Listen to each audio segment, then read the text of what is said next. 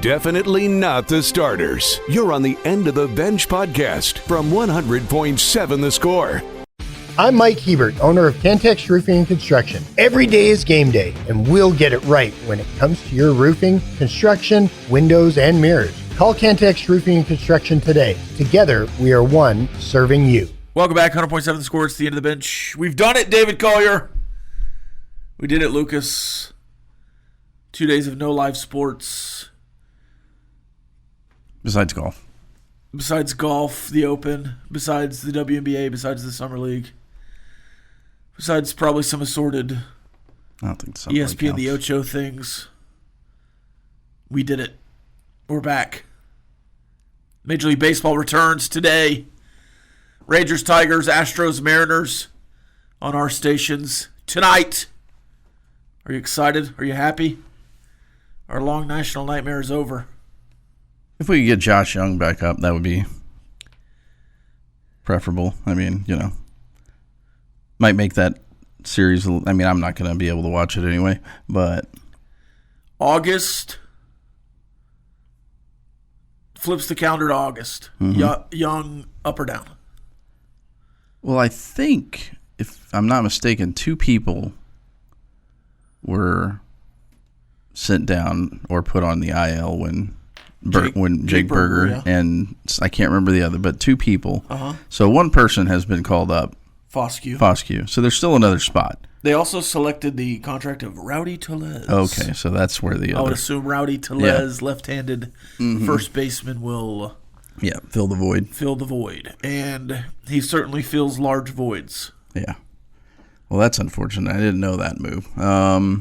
You know what? Then I'm going to say August. Yeah. He'll get called up, but not before August 1st. I don't predict Justin Foscue making enough of an impact to force him to stay down. Yeah. But he did have a hit the last time he was up. Maybe 2. Ooh. But if Ezekiel Duran continues to be Ezekiel Duran, there's no reason to keep Josh down. Yeah. Unless you just really don't want to hurt his stock. Yeah, unless it's just really long-term. And if it's just a stock play, then he'll be in the majors in August just somewhere else. Yeah. Yes. The Rangers did make their first move of the season. Well, I guess first trade of the trade season, as they sent Dane Dunning packing yesterday with a nice note. Basically, an 8 ERA reliever for an 8 ERA reliever. This seems like a salary piece, moving some money around, getting some available options for actual moves they're going to make. This seemed like a nothing burger. But Dane Dunning was trading. We'll give you more information on that in the headlines segment up next. Ludwig Aubert in the Open, hole 18. He's -2, David. In the fairway, right? For the tournament. For the tournament. He's 4 under on the day. Oh, yes. Having a very good day. Yeah. Yes. Do you... Obviously making the cut. Yeah. Do you think he'll be in contention on Sunday? He's 6 strokes off the lead right now. And that's in the clubhouse at 6 under or 8 under for the tournament. No, I do not. But he's going to get a paycheck. I guess define contention, but... I would say top... Right, top 10. Yeah, well, I mean, he's only a stroke off the top 10 right now. Right. Well, yeah, yes. that's what I'm saying. Yeah, top 10, sure. Top 10 finish? Yeah, top 10 finish. I mean, I don't know if you're necessarily in contention if you're 5 strokes back. But. Yeah, if it's a Tiger Woods situation and this Harmon character goes 16 under the next 2 days. Yeah, Brian Harmon is not going 16 under the next 2 days. He's just the leader right now. He's got a better chance of going 16 He shot a 65 today. Yeah, that's cool. So if he's, 24 under and the next guy's at 15, nobody really is in contention. Yes. Contention for second place. How about that? Yeah. Right. But I think Ludwig can be in the mix. Here he is with Spieth. If he putts like he did last week, then yes. Last week he was solid with the putter, at least on Friday. I don't remember what he did on Sunday. I know Saturday was a rough day for him. I think he actually was better on Sunday, but Friday, my goodness, he made two 40-plus foot putts and a 20-footer, all for birdie. He made a 30-footer today to go back-to-back birdies. So he seems to be locked in. Yeah. Spieth just overshot the... So it looks like Scotty Scheffler. We're about to see an entire round of Scotty Scheffler here. About to tee off. Yeah, so yesterday we got Aberg just as we were starting the show. Mm-hmm. But no specific Aberg group. Today they had the specific Aberg group. And there's an approach. There we go. We might be at 3 under heading into the clubhouse. I changed my mind.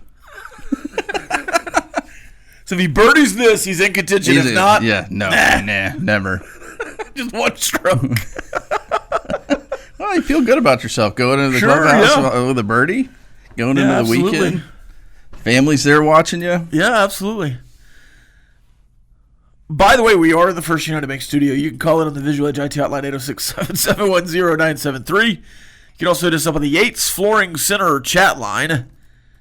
Find us on the apps brought to you by Happy State Bank. We're also streaming on Fox 34 News Now and YouTube, youtube.com/Double T Sports Network. You can find Lucas dancing like a bee on YouTube. You can also find the latest episode of Red Raider Recon, where Clint and I discuss the secondary.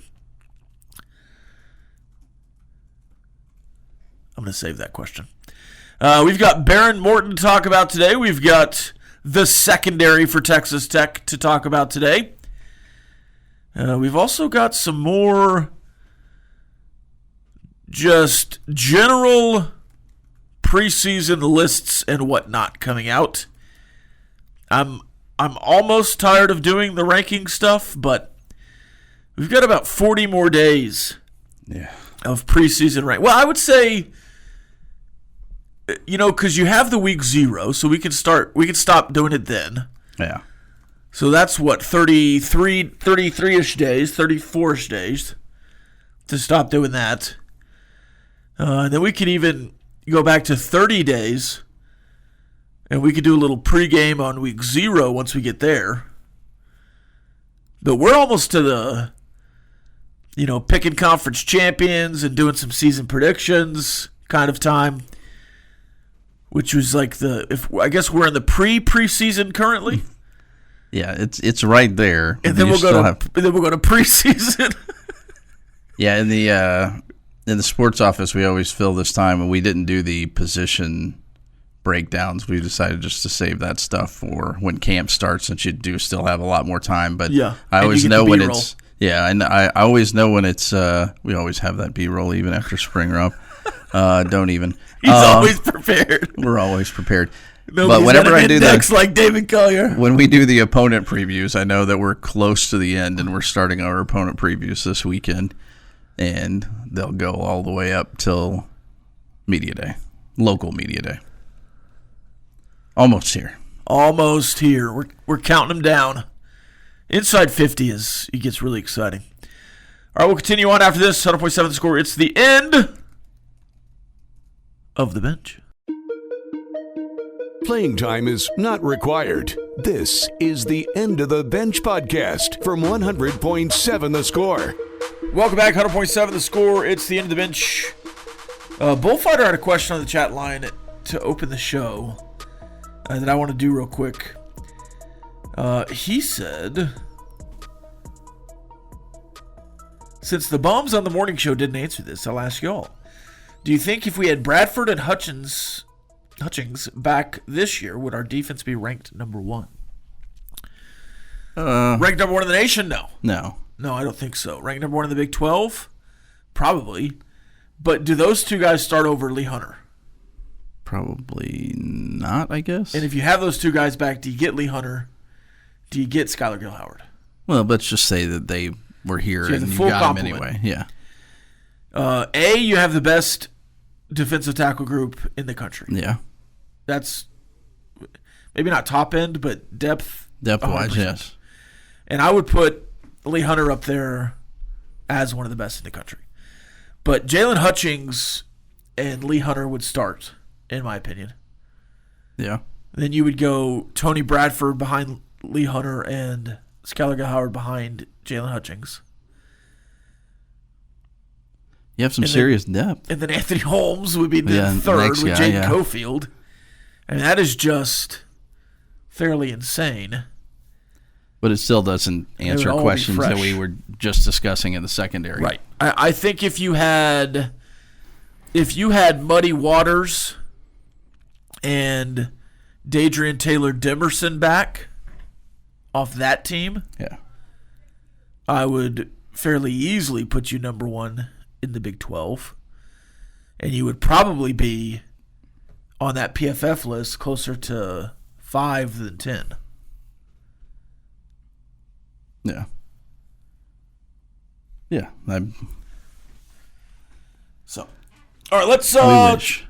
Yep. What? We wish that we could do that. We wish. Let's check the calendar. Your daily look at what's happening in the world of sports, birthdays, and holidays. Let's check the calendar.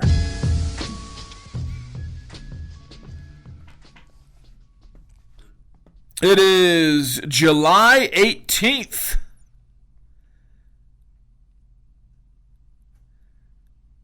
Which is World Listening Day. We'll try to do that today. I'm listening. I'm trying. National Caviar Day. You a caviar guy? No. You a caviar guy, Lucas? I would say no. I've never had it, but I don't really have a desire to have it. I like fish, but if it's too fishy, I'm out. Yeah. And it's a thin line between too fishy and not too fishy. Like I like nori or seaweed, that kind of fishy taste. But if it's real fishy, I'm out. Point of emphasis is roe caviar. What? I'm sorry. Roe, salmon roe. Is that a kind of caviar? I thought caviar was like a kind of a brand name situation. I thought caviar was like eggs. Fish eggs. Yes. Salmon roe is fish eggs. No, I did not know that. But yeah. I think there's a difference. The only reason I ask, it could be, I'm not a caviar guy. The caviar is like the little black eggs. Yeah. They've got a picture of salmon roe, which is the orange bulbs. That just seems wrong. I don't know though. That's what I'm asking. They could be right, certainly. It is National Sour Candy Day. Favorite sour candy? They're not really sour, but what are the yellow bag? I can't even think of them. Sour Patch Kids, right? Is that what they're called? I like the watermelon version of those. Sure. They're kind of sour, but not really. I mean, sour's in the name. Yeah, but they're not really that sour. Sure. Compared to the actual candy. Yeah, first they're sour, then they're sweet. Yeah, once you get a little older, I don't know if the sour candies are as... You have a favorite sour candy? Warheads are pretty popular for me, and the obviously sour gummy worms. That's what I would go with. Trolleys. Yeah. Or the Sour Patch Kids are elite as well. I like the watermelon ones, but I like the little blue guys. Yeah. Abadi abada. It is National Perfect Family Day.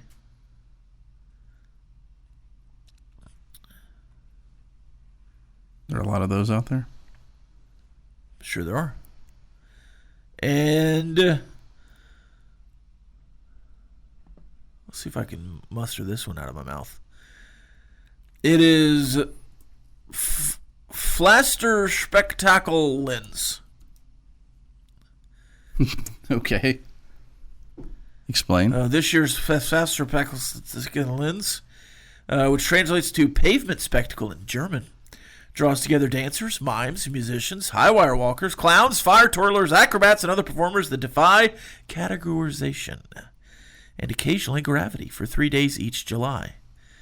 It converts 3 days in summer into a citywide Cirque du Soleil or in German, Hopsplatz. A vast and beautiful city plaza dominated by the 60-foot Trinity Trail column is the core of it all, which incidentally honors the victims of the Black Plague.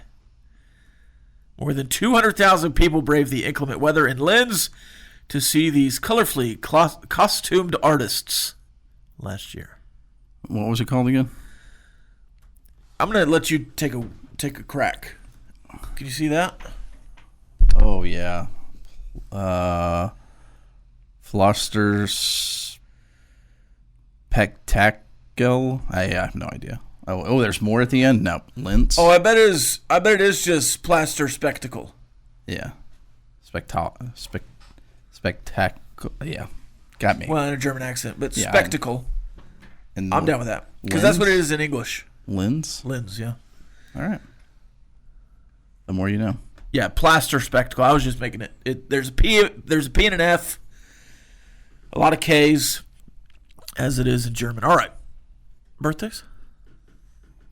Canelo Alvarez turning 35. The Mexican boxer. That's pretty good. He has a couple fight nights that I've seen. Joe Torre turning 85. Didn't realize he was that old, but Joe Torre is 85 years old. Torrey Hunter, Minnesota Twins center fielder, turns 50. Penny Hardaway turning 54. Bam Adebayo turning 28. Olympian runner Noah Lyles turning 28 as well.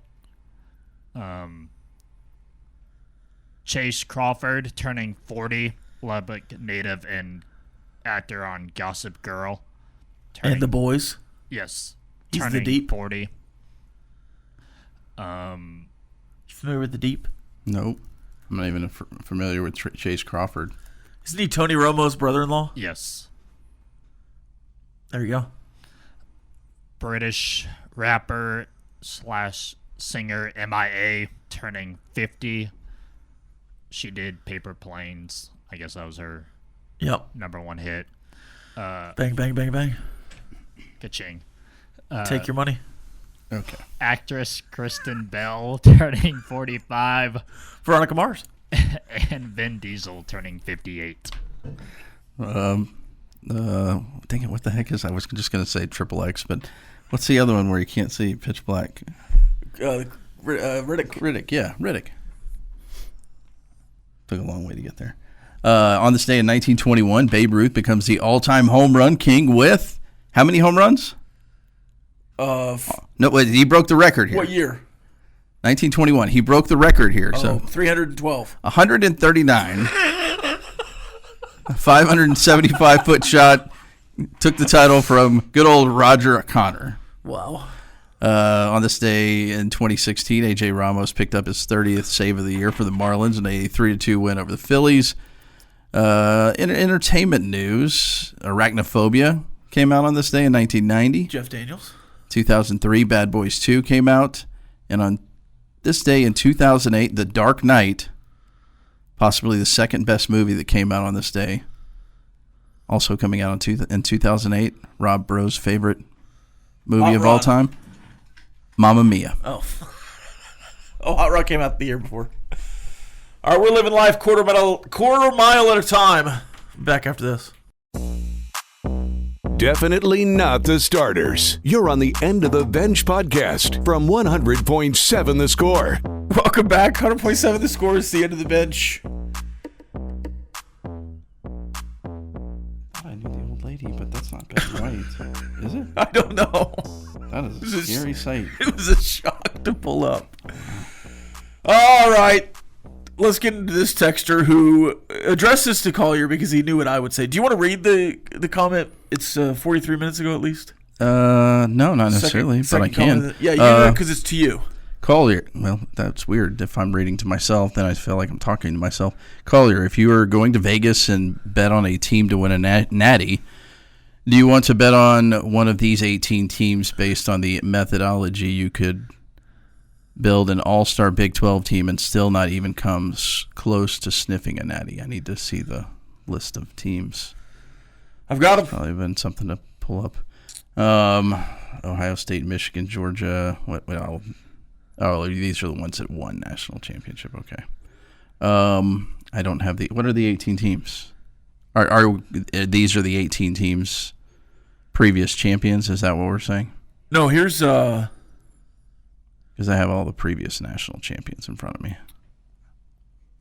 No, keep going. Okay.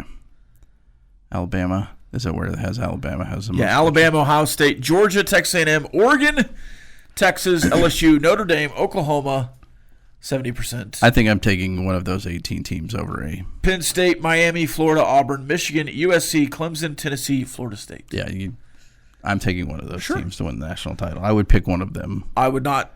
Yeah. I would take like 5 of those, yes. not 18. Not 18 of them, no. But I would take LSU, LSU, Texas, Georgia, Ohio State. You ready for me to blow your mind, David Collier? Yeah, go ahead. Teams that have won national championships are the best teams with the best players. Yeah. No. Now, hold on. No, hey, I don't want to break anyone's minds here. Can I also say something else just without it becoming a big thing? Yeah. I can't guarantee that. If you commit to a Big 12 school, your star ranking goes down. Do you think that? I know that. It happens, not all. Well, okay. It happens over in the last 2 years. In the last 2 years, then. And over in the last 2 years, then. Yeah, it just happened. Well, I'm saying in the last 2 years. 3 years ago, you could not make that argument. Yes, I could. So if you went to Texas, you were going. Oklahoma. Okay, so then you couldn't make it then. Okay, 8 of the 10, 2 years ago. So is Oho going down, even though he went down a little bit, but he's still a 5-star. Okay. It's not every they can't get away with it with every prospect. Everybody, yeah. But Donovan Webb was a consensus 4-star when he was projected to go to Michigan. Mm-hmm. And he dropped? He's a moderate 3-star now. No. Went from the best safety in Texas to 37th. Calvin Simpson-Hunt, do you remember him? No. Was recruited by Texas Tech, committed to Texas Tech. I think they gave him a moderate 3-star. Flipped to Ohio State. Primo 4-star. Wow. That doesn't really surprise me, though. I will say this, though. I think it's changing a little bit for Texas Tech, and if you start winning, that will change, right? And because if you can continue to pay. Yeah, because you can say, woe is me in this situation, but I kind of see it flipping a little bit. Dave Campbell's Texas Football doing their live commitment streams. You know how I know when Texas Tech is getting the person? Dave Campbell's is doing the live commitment stream. Yeah, or Baylor or... But they didn't do the one with the guy that picked Baylor over Texas Tech. No, not that one in particular, but they also didn't do Oho. I thought they did do Oho. No, Oho was on his own Instagram. Okay, but... They did Webb and Savorian Martin. I'm pretty sure they did Oho. Because they had 17 reporters there from Dave Campbell's Texas Football when he did it. They were there, but they weren't live. They did have a live. They did have a live. Is he the one that... Maybe I'm thinking the other guy. There were live streams of the guy going under the table. Yeah, I could have swore I watched it on Dave Campbell's. Nevertheless, I'm just saying it seems like anytime Dave Campbell's Texas Football is there, it's a Texas Tech guy. So maybe, I mean, I know they're not ranking them, but I would imagine if they're showing as much interest as they have in Texas Tech over the last 8 months, that helps change the perception of On 3 and 24/7 and whatnot. I'm also it's not just the Texas Tech thing. Oh, no. It happened to Baylor. Yeah. TCU has dealt with it. But again, those teams, I've never argued those teams get the best players. Yeah. I would be an idiot to pick Texas Tech over Ohio State today preseason to win a national championship. Yeah. Obviously, Ohio State and Alabama and to be fair, the question, though, was Georgia. An all-star team of Big 12 players was what the question was on the chat line. Well, that was not the original question. That was just one of his things to jab. Yeah. That was his statement. But also, if you just read through the methodology, it's only high school or JUCO players that count. No transfers are on the list. Texas Tech signed 14 blue chips. I was about to say that's why they're...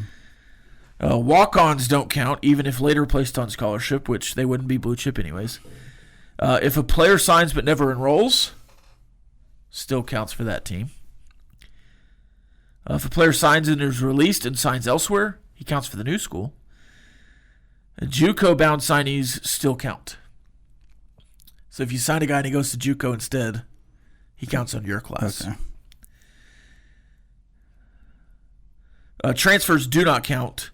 But they do on here give you the list of schools with transfers included. Texas Tech still not in the top 20, but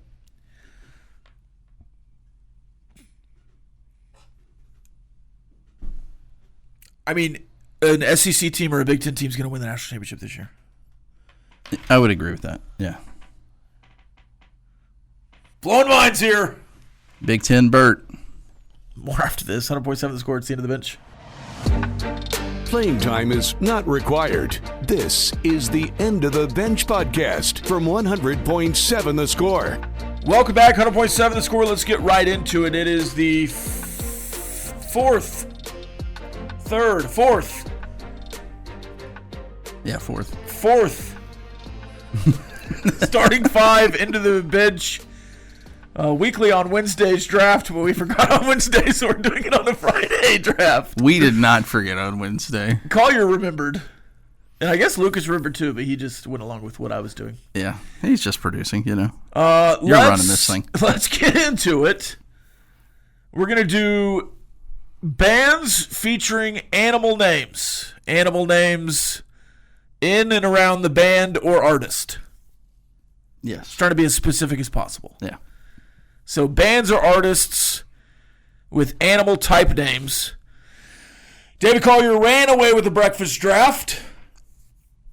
I got second. Even with toast on my list. I got second. Lucas, toast and grit. He picked toast and grits and ran away with it. Darn right. I wanted to make it easy for you guys to try to win. Lucas got third last week. Grits he got to choose where he was drafting. Hominy. And picked the second slot. Ground up. I'll take the first pick, Lucas. Second, Collier, third. Yes, we know all the things you can do with grits. You already won that draft. You don't need to. Moving on. Need Okay. to say it anymore. Lock it into this one and lose this one. Historically bad. Lucas, hit the music.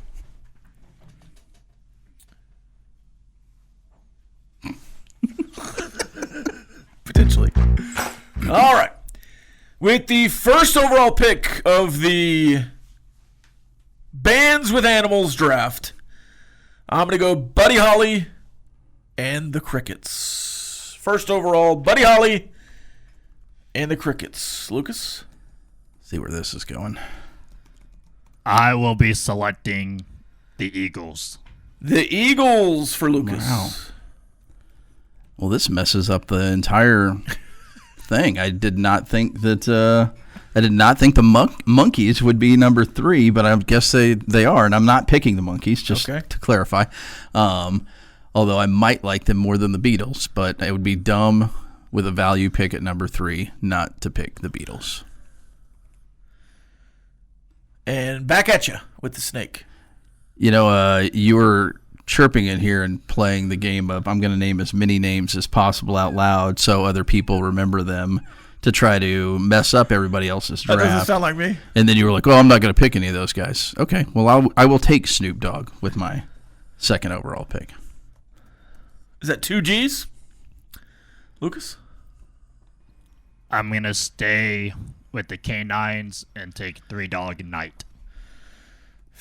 Okay, 3. Lucas picking bands that were famous long before he was born. Yes, he is. Okay, I'm going to go some personal favorites here. Yep. And I'm going to go with Hootie and the Blowfish. Oh, no. And probably stay in the 90s. No, you know what? Yeah, stay in the 90s and do Counting Crows.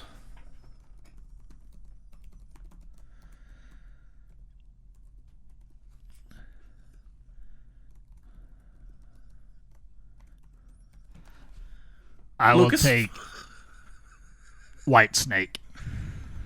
White Snake. Collier. Oh, boy. You really did that? Did that pick make you cry like the Dolphins? That was going to be my next pick. It was Never in my wildest dreams did I think you were going to do that. You didn't think I'd pull Hootie? No, I did not think you would pull Hootie. The rest of this list, and you picked Hootie and the Blowfish? Pull Hootie, horse name.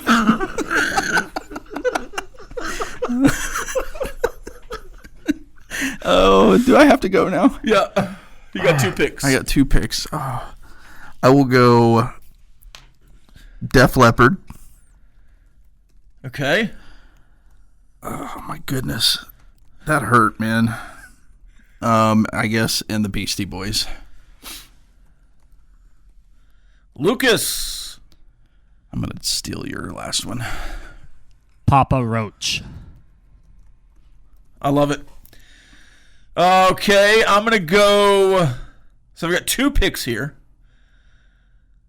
I'm going to go the Pussycat Dolls. Wait, 1, 2, 3, 4. This is my last pick here. Yep. The Pussycat Dolls and. Ooh, do I want to go. And then I think I'll take Gorillas with a Z.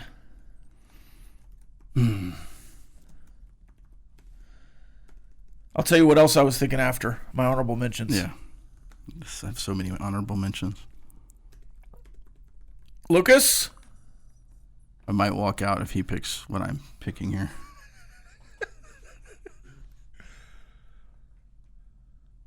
Me and this artist like Mountain Dew, Baja Blast, so I'm going to go with Seal.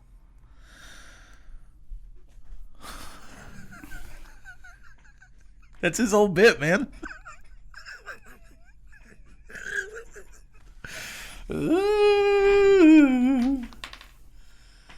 It's like a kiss from the rose, getting that stolen from you. I knew that was coming too. Blast. All right, Collier, what else you got? All right, let me look at the list. Okay. Regrouping. There are plenty of other great options on here, just not the one that I have a bit that I do. The final pick of the draft. The final pick of the draft. I'm not going to go with the Pigeon Detectives. I'm definitely not going with Feeder to the Sharks. No. I was going to go with Seal.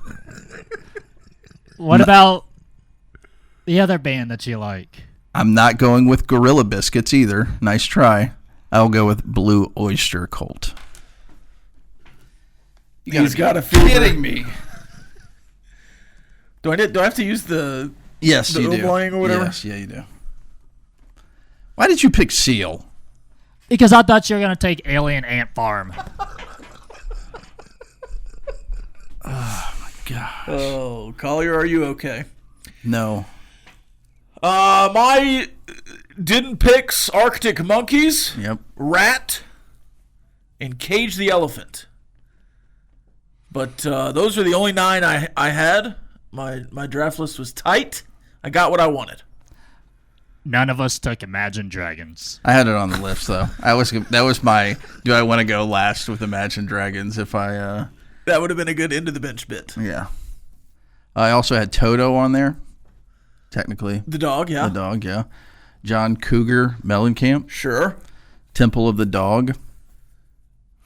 Iron Butterfly. Yeah. I had Modest Mouse was on there for me. Yeah. Flock of Seagulls. Yes. And Alien Ant Farm. I was never picking Alien Ant Farm. Are you a real big Fish guy? No. Are you? I like ska music, yeah. No. I had Jimmy Buffett in the Coral Reef Band, and I also had Man. Cheryl Crow, which is the person I asked about. There's a lot of bird. You could have done a bird theme easily. Black crows, Old Crow Medicine Show, the Eagles, Eagle Eye Cherry, Yeah. them Crooked Vultures, the Dixie Chicks, which I guess They're just the chicks. the Turtles. Pavlov's dog. Never heard of that. No? No, How about Foxy Shazam? Have you heard of Foxy Shazam? no, I haven't. Wild Horses was gonna be, or Band of Horses. You could do a Band theme of on Horses? bats, apparently, too. Who sings the song in Silence of the Lambs that Wild Bill's dancing to? Band of Horses? Why don't you Google that for me over there? Playing time is not required. This is the End of the Bench podcast from 100.7 The Score. Welcome back. 100.7 The Score. It's the End of the Bench. Carl, you watching the Open right now? I am now. What's up? Well, I can't tell if they are just... the balls were close together, and so one guy had to... Oh, that's what they were doing. Okay. No, deciding who's out. Well, and then they had to mark a ball and let the first guy hit. It's Morikawa and Scheffler. But it looked like initially that Scheffler was, who is now 6 under through 6, it looked like Scheffler was taking a drop. And I couldn't figure out why he would be getting relief from that spot. But now it makes sense. Okay. Baron Morton was put on the Athletics list of quarterbacks nationally in Tier 3. Tier 3, 27th nationally. 27th nationally, and the Tier 3 is most teams would be happy with a quarterback of this caliber. Great ability and a solid body of work, but they have some flaws. On their best days, they can be great, but there can be an underwhelming moment or two. At this point in Baron Morton's career, I agree that paragraph describes Baron Morton. Yes. I can agree with that as well. Tier 2 would have been winners proving their mettle. They can carry the team, but may have limitations when it comes to certain traits or question marks about consistency. I would also argue that paragraph describes Baron Morton when healthy. But we've not seen a healthy Baron Morton in the last 2 seasons. So with the AC joint, I would say Tier 3 makes sense for Baron Morton. Sure. I would potentially have him Tier 2. But I understand Tier 3. So that's where we are currently. The frustrating thing I have here is that Baron Morton is 27 in Tier 2 total. Devin Dampier is 25th. Count with me, that's 1. Yeah. Avery Johnson is 22nd from Kansas State. 2. Brendan Sorsby from Cincinnati above both of them at 20. That's 3. In Tier 2, Rocco Becht, 14th best in the country. Iowa State, that's 4. 11th, Sawyer Robertson, Baylor. That's 5. Josh Hoover, 9th in the country, Tier 1. I'll read Tier 1 in a second. That's 6. Sam Levitt, 7th in the country.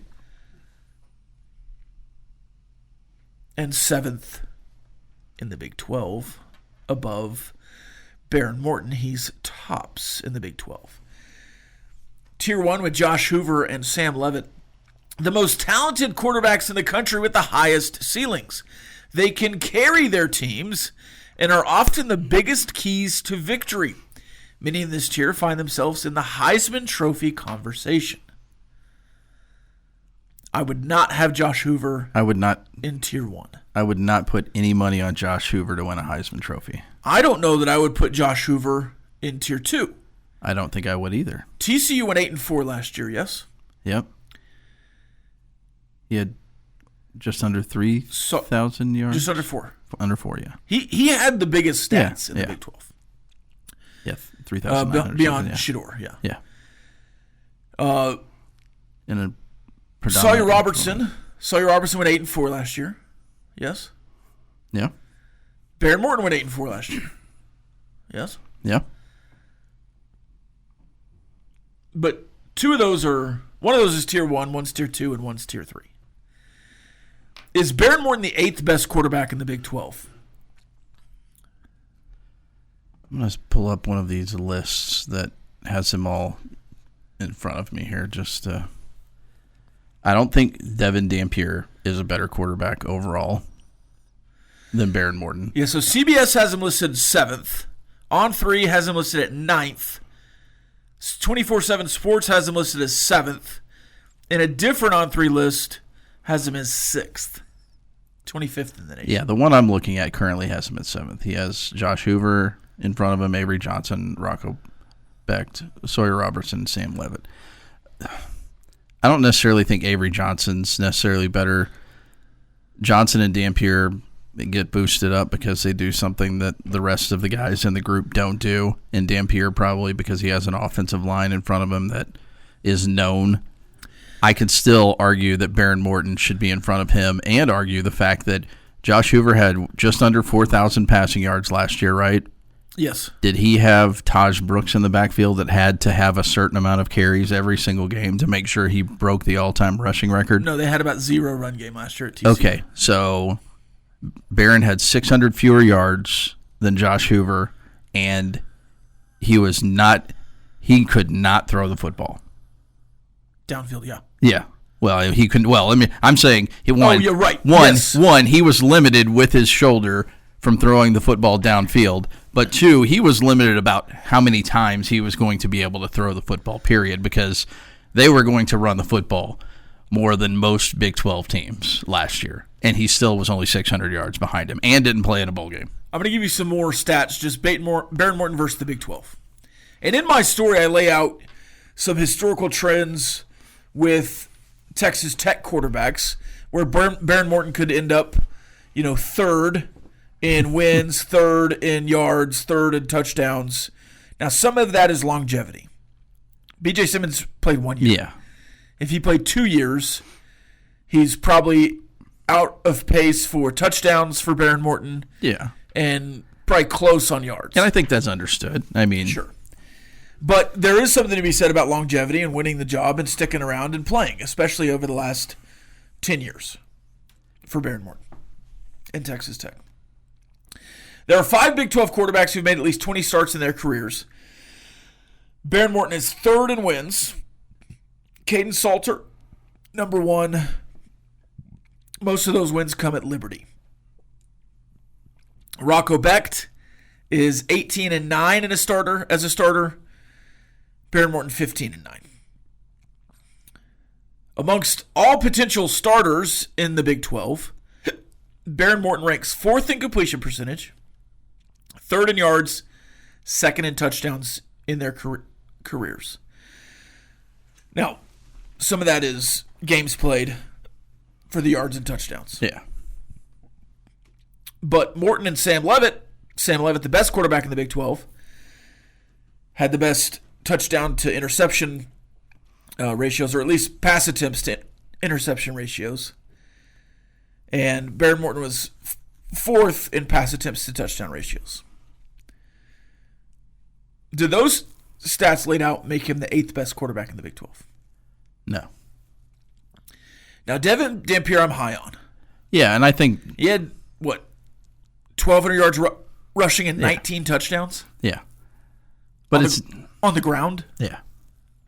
And I think if you're going through situational stuff with Utah's offensive line, and not that I'm saying Texas isn't going to be good, but we know what Utah's offensive line can do because it's happened on the football field, then yes, I can see the argument of putting Dampier in front of him for what he does and what he has around him on the offensive line.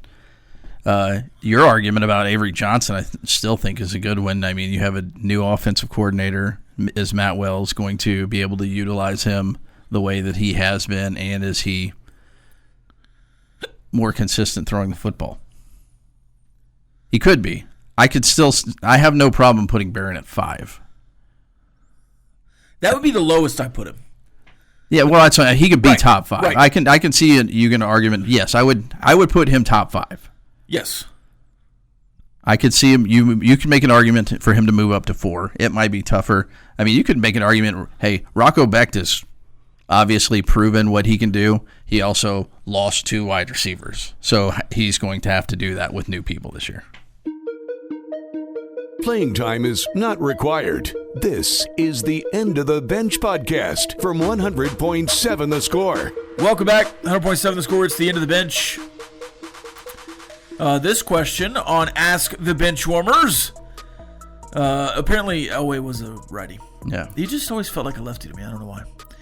Rob, the RPO is absolutely broken in College Football 26. My Tech Dynasty uses it on like 60% of play calls. It's too much fun. Who are you running in the game? Okay, so I've done 2 seasons of Road to Glory just to kind of feel it out because that was fun back in the day. I've done a quarterback at North Texas, got crossways with Eric Morris and transferred to Kansas. And then the second one I did running back and went to Boston College, got crossways and went to Arizona State. But I spent 2 years at Boston College. I was all in on who's the guy now? Bill O'Brien. Bill O'Brien. Yeah. All in on Bill O'Brien. Fit the scheme. We went like 3-9. Fired Bill O'Brien. New guy comes in. He doesn't like me. Yeah. We get crossways early. I might have gotten ineligible for a couple games. Jeez. Trying to tweet too much. Yeah. Shocker. And well, you got to build your NIL presence. Yeah. And so then I went to Arizona State, and it's a nightmare right now. Yeah. It is just a nightmare. I haven't done the Road to Glory yet. I started a dynasty, and I always do it as an offensive coordinator.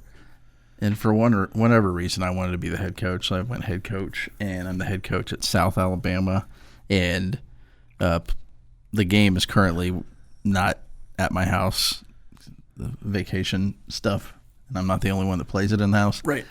And I had to sit on my last game. I lost to North Texas, and I scored 14 points in the fourth quarter. Scored 13 points in the fourth quarter, and my defense couldn't stop anything. So I went for 2 in the final seconds and didn't get it and lost to Eric Morris. We're both having issues with Eric Morris right now. Otherwise, I started a dynasty with Tech that's what I always do. I start with Tech. And just kept Joey and everything. And I simmed the first season. Played a game or 2, simmed the first season to see, how does the computer think Tech will do. Played pretty well, but I was not aware. I did not do my research. And everyone transferred. Yes. And then in year 2, I get a quarterback in. I don't remember his name, but I'm not starting Will Hammond. Mike Hudson gets hurt in the first game for 6 weeks. I have like random running backs. The defense is overhauled, so I haven't got to play with the actual roster yet, as much as I want to. That's what I plan on doing a lot this weekend is getting some tech games in. I'll probably restart the Tech Dynasty and figure it out from there. I have a sneaking suspicion that I might just leave after 1 year because I'm afraid. Because I'll look every once in a while after a game and how many people it's a deal breaker, and I could potentially lose my entire roster. Yeah. Even with people that are playing. I will say you can update that. Yeah, you can limit it to like 20 or something like that. Yeah, which I don't know. I in some ways it's realistic. Well, but I saw somebody. If you're not Dion. 51 players. Yeah, that's too many. much. It's too many. 100.7, the 6 Benchwarmers, Big 12 fantasy football team. Pick a quarterback, running back, and defense that would make you a champion. Oh, my goodness. Quarterback, running back, defense that would make you a champion. Lucas, you want to go first? Quarterback, I'll take Sam Leavitt. Running back, I'll take Bryson Washington. And then defense, I'll take K-State. I have no idea. All right, defense, I'll just take Iowa State. Kind of the historical pick here of the last decade. I think they'll be good again. Running back, I couldn't even name half the all the good running backs left. Running back, I'll go Jaheim White out of West Virginia. Just to go opposite of Lucas, because I do think he's one of the best. And then I'll go, just to stick to the bit here, I'll go Baron Morton. I'll go L.J. Martin. Why are you laughing? No, I just no. Out of BYU? Yeah, and then I'll go with BYU's defense. Okay. Turnovers a lot last year. Yeah, I know. A bunch of them. You know what? You took Kansas State though, right? Yeah. And you took Iowa State. Yeah. You took BYU. That's fine. You took the good ones though. Well, you're smart. you We're doing another draft. Pick Tech? You know, I'll pick Tech's defense. I would rather. Yeah. I'll go Tech's defense, and I need a quarterback. Yeah. And you took Sam Leavitt, and you took Baron Morton.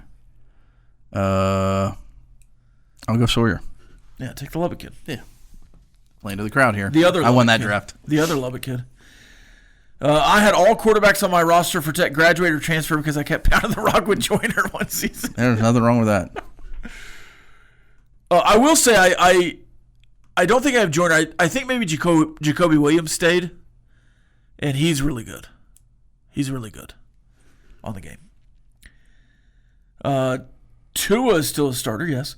This texter, we spent the last 5 years hyping Trevor Lawrence from high school through college, then Arch Manning. I don't know if we currently have a kid at that level of star power rising through the ranks. Maybe that is the other thing, because, Trevor, Quinn Ewers, Arch were like perfect prospect. Highest rated since this guy. Highest rated since Vince Young. And I don't know if you have that guy coming in. I guess Sayin is the hype new shiny toy there at Ohio State. And look, I think there's going to be a lot of great quarterback play in college football. I'm not saying there's not good quarterbacks, but it doesn't feel like we have the Joe Burrow right now. Gary Nussmeier. And of course, Joe Burrow wasn't Joe Burrow until his final until he season. was at LSU with some really good wide receivers. And Jaden Daniels was the best quarterback in college football his season, also at LSU. Yeah. Apparently LSU just has all the good quarterbacks. But not on the best team. That defense gave up too many points and yards. Yeah.